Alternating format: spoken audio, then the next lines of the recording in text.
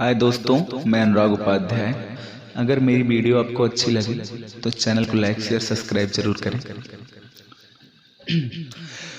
मन के संवरिया बन गईला तू, चुपके से का कैला तू, नस नस में तू ता गईला समा, डारी दिला परेशानी में, गजब के रोग धरा दिहला हे राजा हमके जवानी में, गजब के रोग धरा दिहला हे राजा हमके जवानी में।